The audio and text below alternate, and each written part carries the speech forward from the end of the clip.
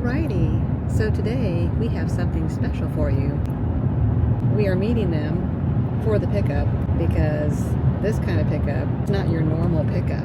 Then again, this isn't your normal vehicle. Right, Bobby? That's right. We are 5 miles out. You're probably wondering, what could they possibly be picking up that's so secretive right now?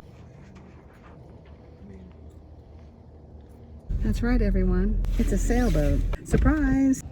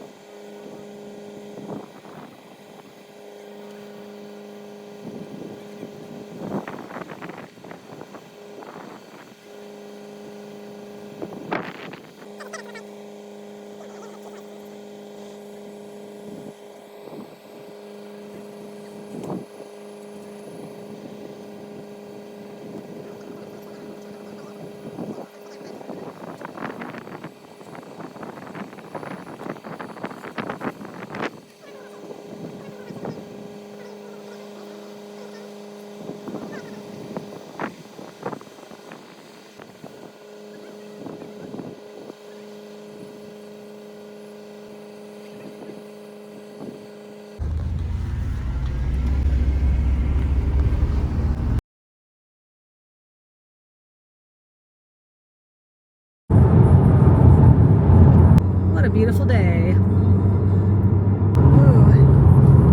I think so.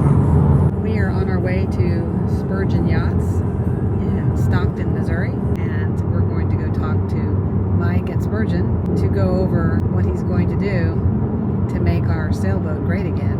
Right, Bobby? Ooh, we're making another pass. I lived on a 1973 Irwin center cockpit ketch. I had a Catalina 34 before that. We're almost there.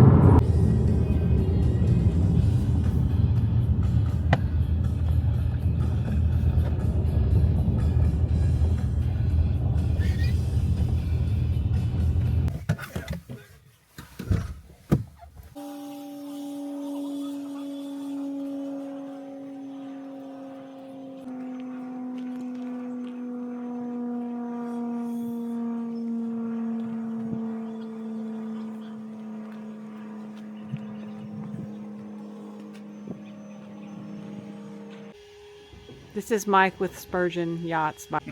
He's doing all the work on this boat. Then I'm going to trim this. So these are just cover plates, and then you've got a rubber boot in here, but we'll trim these edges back so that's not hanging out like that when we do the bottom paint. Trim it up, make it look better. Bearings and everything in there look fine. Yeah, it's tight. Okay.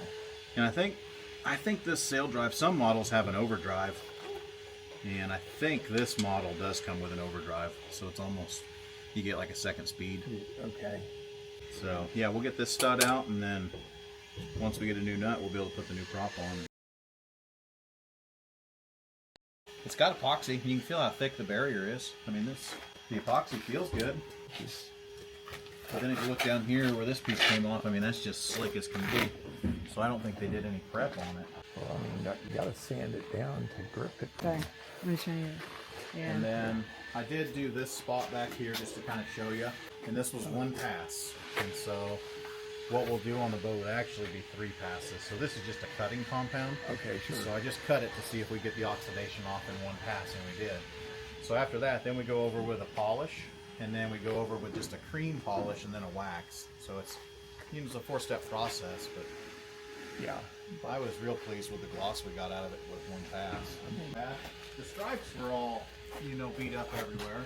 But like this graphic, I mean, it's faded and stuff. And I thought, you know, if we do one side, we might as well have them duplicate and just do both sides. Yeah. We haven't touched anything. I take that back. I've done a little bit on this side just so we can see what was going to come off.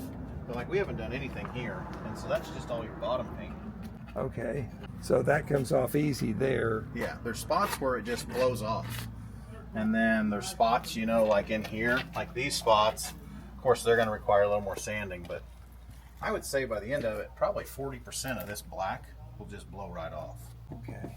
Yeah. But it's Which that's, you know, that's nice in a way. In another way, it kind of sucks because then we have to go back and blend the spots that don't strip. And we got to blend those into the spots that came completely off, which it's not a big deal. It's just more time under there with the sander trying to blend them in. When you don't want to take off, but you know, less than a mil in the gray, but you've got 5 to 7 mils of black to peel. so, yeah. You can't get in there and start hogging. No, Yeah. you gotta have a nice touch, and it. So I blew this spot over here on this side, and so you can see what we're getting. So these are your blisters around the thruster, and you can see them there. But then I did blow that one out. But there's spots where the paint just blows right off, and then like this area right here, I stayed honed in on it with the steam cleaner, and it wouldn't touch it. So it tells me the prep probably wasn't the best, and especially like up there. I mean, I honed in on that area too, and couldn't get it to come off. Then you hit a spot like up there under the bow, and it just flew flakes off. Flew off of there. Got me past where it'd be pretty There's a stuck blister on. right there. And I'll some just blisters here. I'll run a 3M wheel.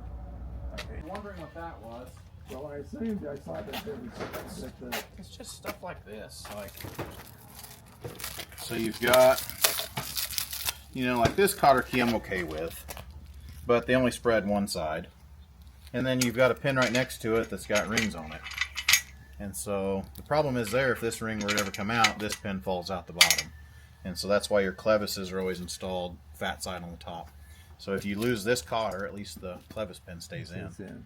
And so it's just everything's kind of mismatched everywhere.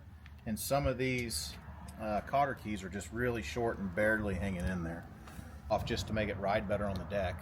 And Greg said, Mike, you need to look at this. And I took a picture of it. But they had this clevis pin. It wasn't even spread. He grabbed it with his fingers and popped it out. And so that was on this spreader that we took off. None of the rigging is key. So, well, it looked like they ringed this one. They did ring the top there. But all those are supposed to have a ring. They in should them. all be keyed. Yeah. Okay. Is that just sloppy or just they It's didn't just care, or sloppy. And see, like these here, these are too short. Those should be a little bit longer so you can actually get a nice roll. Because if that pin were to roll, you can get your jib in it. You know, your jib, when it comes across, can catch that pin. Mm-hmm. And so what we'll do is we'll put longer cotters in, and then I'll wrap tape around those. So just in case your sail does get into it, it doesn't hurt your sail. Well, I mean, that's sloppy. I mean, how much time does it take to use the right friggin'? I mean, When you assemble the mast, it takes, you know, it's about a day. But to go get the right cotter keys, you know, you're putting them all in anyways, go get the right ones. And that's something that, I mean, you can drop a rig with stuff like that. Like that one down there, barely spread. You know, that one there doesn't look too bad, but like this one, that it's one. just... I mean, come on, that is flaky there. I mean, I mean, an 1/8 of an inch of thread. I didn't realize it until I looked up the mast when it was coming down, and it just had a big hook in it. And so then we realized, well, it's because the rigging's all off. So, which you do all that on the sawhorses before you put the mast up. You can send somebody up in a chair to adjust these inners, but it's a whole lot easier to square the mast and true it right here on the rack. and get it perfectly true and get everything keyed off, and then put the mast on the boat and set your uppers and your lowers. So that's the plan. Look okay on it? No. Oh, okay. I just plan on doing a whole new plug assembly and everything. So that's this piece here. Okay. And you can see all the super glue on it. So that's all, like all of this stuff around here is super glue. Okay, clearly. That is super good. Yeah. And so, He had his bungee cord and super glue in the pouch. And his... yeah. Jeez. I wish I had one because I could show you. This is actually supposed to have a male thread on it. And then so it's got those little aircraft kind of things, Yep. right? Yeah. Yep. Okay. So when you put the unit on, then you thread it down, but all your threads are gone. And so, yeah, the whole male thread assembly is missing, which could be from a storm, wind, or, you know, a big bird landed on it or something.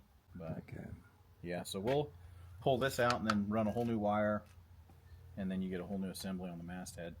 So I really feel that that's going to fix your wind speed, wind direction. Okay. And then if it doesn't, if the display turns out to be bad, I doubt it would be the wiring between the mast and the boat, or the mast and the unit. And so we can just replace the unit in the slip if that's the problem. But I'm 99% sure that's what it is after looking at that. Okay. You know, this is a cheap fix while it's on the ground. Yeah, those we can do. So we can do an LED that doesn't have a bulb conversion. We can do an actual. We can actually do a real LED anchor light. And I think they're only like $60 or $70 because That'd be nice. they got to go. What is it? 2 nautical miles, I think, is on an anchor light. Yeah. But yeah, and this globe's about done. That's why I was working it back and forth. A lot of times they'll break in your hand. It looked. Unless those windows and port lights have been fixed on the 37, you're gonna have issues with them because that's a factory problem.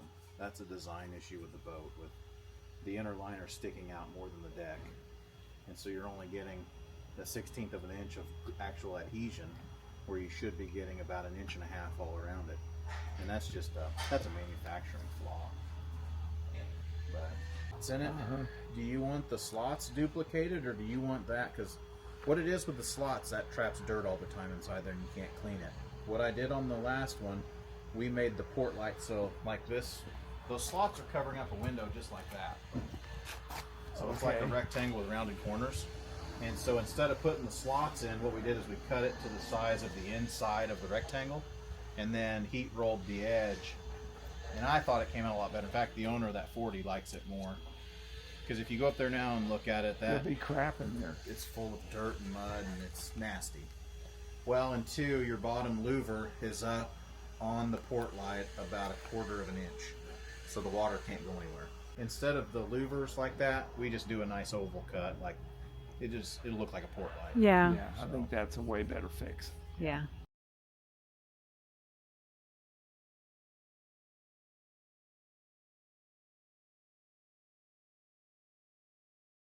Bungee cords and super glue.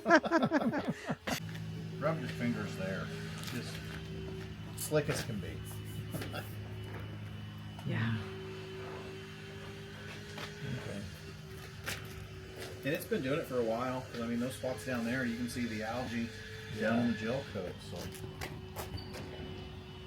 Yeah, that didn't just happen yesterday.